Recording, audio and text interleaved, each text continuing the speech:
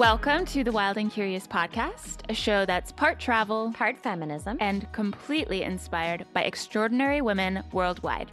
I'm Theresa Christine. And I'm Suzanne Schmedding. You've actually had the legit elephant in Thailand experience. Yes. Tell me about your elephant experience. Oh my goodness, that's going to take up the whole podcast. You Shorten are it welcome. to not the whole podcast.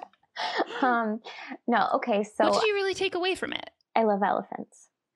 And okay, sorry. Elephant for me. Elephant for me. I did. Oh, I loved them so much. It was an amazing experience. And, I was there with a friend of mine who is, she works with a lot of animal rescue. And so she had done all the research. And when we got there, you work like you're part of the staff. Like you have your cabin that you go to and you eat with everyone, but essentially you're helping to prepare the food and you're helping to give them baths, and you have to cut down sugarcane with a machete to feed to them. The other thing too is that before you're allowed to interact with the elephants at all, you have to go and take this mini class, like an educational sort of hour-long seminar about the history of elephants in Thailand, the way that they were treated, rules to abide by. So you have this kind of very, very basic general knowledge. But, on the whole, it was magical. Yeah, it's not just like you going in and let's get some Instagram photos. It was actually you're going to work, you're going to pay us, you're going to learn the history. Right. And it was all of the money that, they have this waiver that you signed that says all of the money that you give to us, that you're paying for room and board, all of this goes to the care of the elephants because they eat so much and it takes so much to look after them. Ethical tourism is, as we're going to discuss in this episode, is a really complicated thing. It's not just black and white. And so we're really excited for the guests that we have on the show today. Yes. Dr. Nissa Mututanont is the head elephant veterinarian at the Golden Triangle Asian Elephant Foundation and the Anantara Golden Triangle Elephant Camp and Resort. She works with mahouts, or elephant owners, to keep their animals healthy.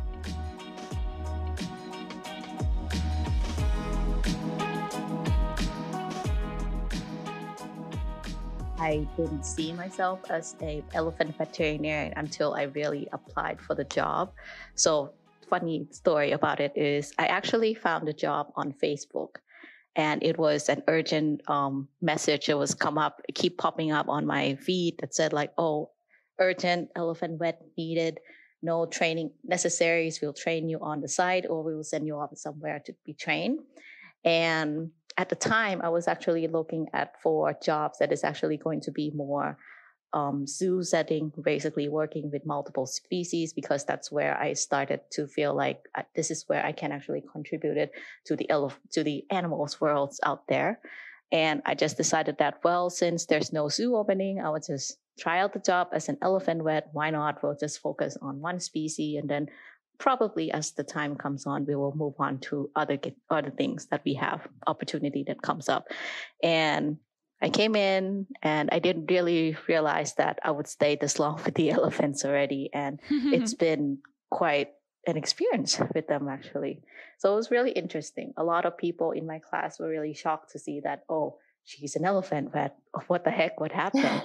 Because I didn't show my, interest in elephant until I really come in and start working with them. So did you do on-the-job training in addition to what you already had done in veterinary school? Yeah. And you know what strange thing is, and I think this is going to be true to any of the veterinary schools out there, is that there is more animal species than there is, places that you can actually practice on, or you can't really get a full entire scope of the whole entire animal kingdoms because there's just so many of them. You basically need to expand. If you want to do something that is very, very specific, you basically need to use, your summer break or winter break to basically look for extracurricular volunteering opportunity to basically expand on what you want to become later when you graduated. So you're in Thailand, and I'm just so curious, like, what is your day-to-day work like? Like, what is a typical day like? Because most people go into an office and, they say hey to their coworkers, and like you walk in and you have a bunch of elephants that you're overseeing. So you come in the morning, you basically, okay, take a look at the elephant that is going to work today. And you walked over to them, you ask the mahouts, which is the elephant caretaker, about their night, like whether has the elephant eaten all the food ration that it has been given? Did the elephant go to sleep? Were you able to see any of the dung or anything that is abnormal? And you basically take all this information and you think, okay, the elephant is fine. Then you basically would have to come in, start to work a little bit on the data recording, basically, which is a big thing for monitoring the health of the elephants. And yeah, that's basically what the day would look like at the beginning. And then I'm also in charge of some of the program at the Anantara Golden Triangle itself, which is basically some of the guest experiences that we offer here at the hotel. So it will be either the walking with giants, where I take the guests out with the elephants, with the mahouts, and we basically follow the elephant along where they want to go. We might get to see elephant bathe, we might get to see elephant dust themselves in the sand, or we might see elephant just disappear into a tall grass kind of thing. And there's another program that we do, which is the educational program, where we talk more in depth about the elephant biology, where they come from, and what is the definition of an elephant. That's incredible. And you do so much with the elephants directly, and it's very hands-on. Since you're doing all that, could you tell us about the relationship between the mahout and the elephant? Mm-hmm. So the mahouts and the elephant basically is, I guess, the most important people most important two factors that is very, very important for us. So the mahout, which is the human, basically would have to take care of the elephants and on a daily basis. So they take them out to eat, they take them out to bathe, they take them out to making sure that the elephant is physically sound, basically making sure that the elephant is in a good mood, I guess, Right. by bringing it a little snack here and there. And the elephant themselves definitely is the star, I would say. So we also want to make sure that the elephants that we have are always going to be in a calm state where they don't really feel threatened or anything like that. And we make sure that we put the elephant together with the mahouts that is able to pair themselves together so that they can work, they can communicate, and we have a good relationship between the two as well. And I love that, you were talking about how one of the programs at Anantara is this educational program. And also when you do the walking with giants, it's just like, where do the elephants want to go? And I think when people envision going to Thailand, interacting with elephants is really high on the list. Yes. But there are so many, there's so many not ethical places. What can people do so that they can look for something and get this bucket list experience to interact with elephants, but also be giving to a good organization? There are a lot of organizations out there that would say that they're approved by so-and-so, and hence everybody should come to my camp. And there will be other camps that basically would point fingers at each other and say like, oh, this is not a good camp as well. So it's very, very difficult to find something that is, I guess, ethical, that is actually written down as ethical elephant camp, because I think for everybody, the word ethical means something very, very different. Some people would say that an elephant camp that basically allows you to touch an elephant is unethical. And other people would say no. I mean, for myself, I would say like, well, if the elephant doesn't mind us touching them, we give it plenty of warning. We make sure that the elephant is not, the most aggressive of the bunch, then it's okay. Because it just cultures-wise is very, very different for everybody.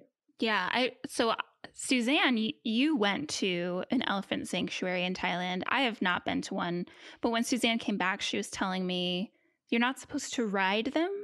No. Well, the mahouts do. Well, the mahouts only. They did that on the You know what? I'm going to let Dr. Nissa answer that. What do I know? Our expert veterinarian, Suzanne. Should you, like, as a guest, is riding an elephant a no-no? Well, let's see. So, so tricky. This is so much more complicated than I thought. It is a tricky question because there are a lot of people that said like, it's bad, it's going to hurt the elephant back, while scientifically there hasn't been a study that is done on the elephant that said like, well, if you sit on an elephant, it's going to hurt the spine, it's going to make them have, bad osteoporosis in a later day. There hasn't been a study done like that. Elephants, you have to understand that they're actually carrying about 3,000 tons or roughly about 6,000 pounds on those forelegs. So you guys are basically going to be less than 10% on the back of the elephant's back. And the elephant, it depends on how they have been trained or how have they been kept, that which activity is best to do with the elephants. By popularity, it could be, going down in itself because, well, people are becoming more aware of the ideas of animal welfare and how we should really act around the elephant itself. But it is also part of the culture of the Thai cultures that everybody is, trying to make sure that it could be passed on to the next generation so that we still have this tradition going on or has a record of that to say like, oh, once we were, warriors on the elephant back, per se. Can you tell us a bit more about that history? Because I think that's something that I honestly don't know anything about that, like the tradition of it. No, same. Since the very beginning, I guess, of Thai history itself, elephant is not just used for carrying goods, like a lot of people thought they were, but they were once used as basically in warfare. So what it had happened in the past is that when our king would basically ride on the back of the biggest bull that he have, so that he will fight against another country or another province for land, for resources on another king that is on the elephant back, and they will basically fight to see who will win over that. So people that have been able to basically captured wild elephants, trained them to be ready as, I guess, elephant cavalry, basically are the mahouts. And those are the people that basically train the elephants so that they can be, I guess, military, in a military setting in itself.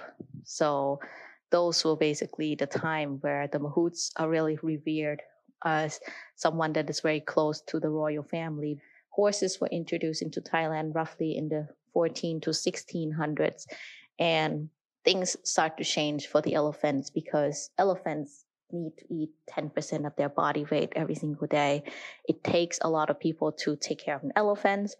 They eat a lot of food. So horses were becoming more preferred in warfare, and slowly the elephant had reduced their status into just being one of the, what do you call those? Transportation animals. So same classes as horses, mules, buffaloes, and cattle. Yeah. So sort of like that. And things start to change.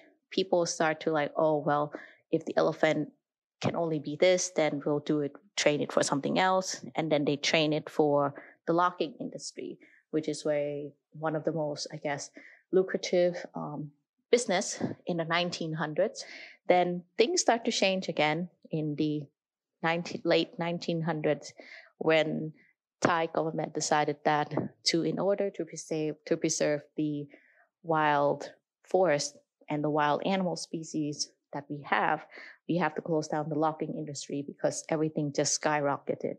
So once that closed down, the elephant basically, the number during those time, they said that its old make could be very close to 10,000 elephants in the whole entire Thailand. And once it closed down, the elephant basically doesn't have a place to go. Hence, in the early 90s and 2000, there's actually a rise of elephant camps where elephant used as, I guess, entertainment or attractions. So a lot of it in the beginning was, of course, elephant riding, elephant trekking on the back of on the back of an elephant. Then you also have things like training elephant for circus shows, and things stay in those era until the ideas of elephant welfare or animal welfare itself start to become a bit more, I guess, what is like mainstream or like more mainstream, correct? Like more mainstream, people start to learn more about it. Then you have a break, I guess, in how people should raise elephant, and everybody's like, oh, you shouldn't do this, you shouldn't do that, and you should just let the elephant be itself, which is not a bad thing, but it actually, I think for me, it felt like it ruined a lot of the mahouts and elephant relationship that they might have had developed as well. Yeah, it's so great that, I mean, I think that's part of ethical animal tourism is kind of, what you're doing is that you're educating people. Mm-hmm. And so to be able to help people understand the background and the history and, the truth about elephants that is all the difference, I think, when you go to try and have these experiences. So thanks for giving us the history lesson there. I know. I thought you said you didn't know anything. I thought that was fascinating. Took notes and everything. There'll be a quiz. Mm-hmm. So, you're working with mahouts who have their elephants. Yes. What is the most challenging part of your job? I think I remember the first day that I walked in, I was sort of like, so what do I do with this elephant? Kind of thing. Like, so how do I approach this? Like, do I go and touch it? Do I, not touch it? Or do I let it sit down? Or what are we going to do with it? So it's very challenging, actually, to first approach the elephant himself. Because for me, even though, I'm Thai and everything, like nobody get to be up close and personal every single day like the mahout would. Right. And I think a lot of it very first is also jumping into the world of mahouts where it's only male dominant, which is very difficult. I think a lot of them was very kind of like, this doctor doesn't know anything about the elephant, what the heck? And I think the first few, even cases that I have, they were really doubting whether I was going to be able to like treat the elephant into like nurse it back to health kind of thing. And that was actually pretty difficult in itself. I think the hardest part is like gain acceptance from the mahout themselves so that they respect you as their veterinarian. Because a lot of these guys, they still would consult their, I called it the wish doctor or the voodoo doctor. Basically, a lot of it to do with like, oh, you have to go pray to that to this god. You have to, blow some alcohol onto the elephant, make it drink alcohol or whiskey or something, and the elephant will get better in 3 to 7 days. And I would just go like, well, you can do that. And I can also, well, why don't we take, let's see, 50-50. So you do that. And I'll also do my modern medicine approach. If the elephant get better, you can take all the credits to your voodoo doctor or witch doctor or whatever it is. And I'll just be happy with the fact that the elephant is okay. So a lot of it is sort of like this balance, this game that you play with the mahout as well. That's very frustrating that you have to just be like, please don't get your elephant drunk, but if you're going to, at least let me give them some medicine. Yeah. So you've been with your company now since November of 2015. Do you feel like it's gotten better with the mahouts now? Like, do you feel like you've earned that street cred and the respect? Good. I actually felt that they are a bit more open to me now, that they actually listen and they actually understood that when an elephant is sick, they just come and sort of like look for me or called me. Everybody have my cell phone number now. And I'm actually really happy that they actually choose to call me, and then so that I can actually go in and check on the elephant rather than them having done something like a method, their hometown method, and then tell me about 3 days later. So I'm actually think that I'm actually accepted. Still. That's awesome. Mm-hmm. Yeah. Yeah. It takes 4.5 years, That's great. You've battled all of these challenges, from your first visit where you didn't necessarily have your feet under you, and these challenges with the mahouts and getting responsible tourism. What do you love most about your job? I love my job for the elephant interaction that I'm able to do. I'm at the point where the mahout said that I'm getting way too comfortable around them, where I've actually become too relaxed around the elephant. And they were like, "Doctor, you should, come toward us. Don't go toward the elephant," kind of thing. And I understand that the elephants, they're pretty large creatures, and sometimes they have their own personality, and some actually have teased me in the elephant way, but it's not necessarily human safe in a way. Things like, like, let me just, push you with my leg a little bit, and that almost equal a kick, basically. Right. But I think it's actually nice to see that the elephants is a bit more relaxed. They don't mind me when I'm like walking around.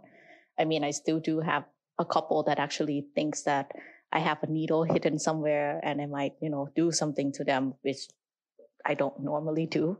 But sometimes when they're sick, and I think they have that impression that if this lady walked in, then I'm going to get something bad happening to me. Like I'll get like a little hurt over here. I don't know what happened, but she hurt me with a little bit of injection, if not.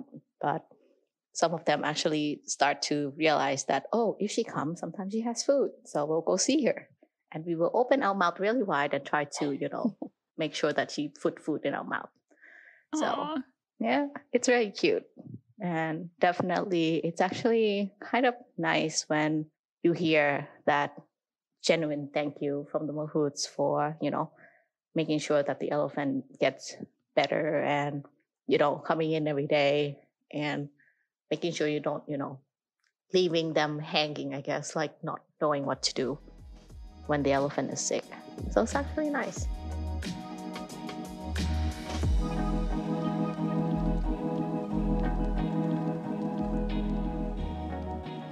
I learned a lot from her. Yeah. Oh my gosh. Because I was just like, you don't do this and you do this. Like, these are the right ways to do it. And actually, as it turns out, there's so much gray area, and like it's individual to each elephant. Right. And each, expert as well, like each expert mahout, each expert veterinarian, they all have their different methods. They all have their different backgrounds. And so when you as a tourist are trying to go, it can be really confusing to make sure that it's safe and responsible.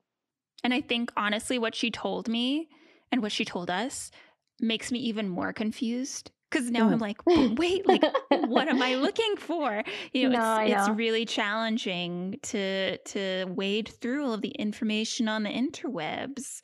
Well, it is. And I think the other thing too is because it is such a huge tourist attraction, and it's a huge way to make money to care for these elephants, like it's kind of like, does the bad outweigh the good? Does the good outweigh the bad?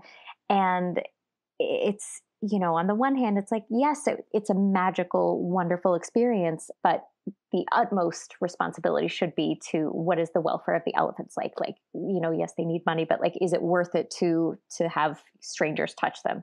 It's really wonderful to talk with people who are putting the welfare of animals first and wanting to educate people about it, and hopefully inform our decisions when we travel in the future.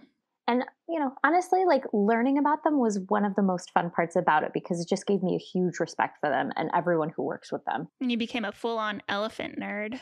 I did. I was and still am considering joining the mahout training program. So you might lose me. You'll be too busy mahouting. I'm going to be mahouting. She talked about how many of the mahouts are males. So, Oh yes, no ladies. There were no ladies when you went? There were no ladies. No. I mean, like there was a veterinary intern, I think, and there were some staff who were women, but for the most part, it was men. Yeah. Many mahout men. Well, it's great that someone like Dr. Nissa is over there and is whipping them into shape and keeping the elephants healthy. Yeah. Giving them nice long lives. If you are listening to this episode during the coronavirus pandemic, you can catch the Golden Triangle Asian Elephant Foundation lockdown live stream at 7:30 a.m. and 4 p.m. Thai time. They also have educational lessons where they take questions at 9 a.m. and 5 p.m. Thai time. You can find them on Facebook by searching for GTAEF.helpingelephants and on Instagram at GTAEF_Thailand. And their website is www.helpingelephants.org. You can find out more about the experiences for Anantara guests at anantara.com.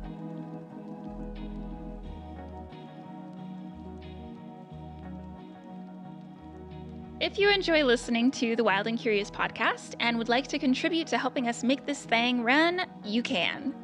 You can Venmo us at The Wild and Curious or via PayPal at paypal.me/TheWildandCurious. Anything you send, big or small, will go towards the cost of running a podcast that's dismantling the patriarchy. You can also follow along with our adventures on Instagram. Our handle is @_TheWildandCurious_, and we will also put that in the show notes for you. We are always looking for extraordinary women to talk to you on our show. If you have someone in mind, or you are that someone, go to thewildandcurious.com to let us know. It means so much to us when people rate our show in iTunes and leave reviews. We read all of those sweet nothings, and yes, we cry about them, we laugh about them, we love them. We also love it when people send our podcast to someone who they think will enjoy it. Feminist sharing feminist content is the best.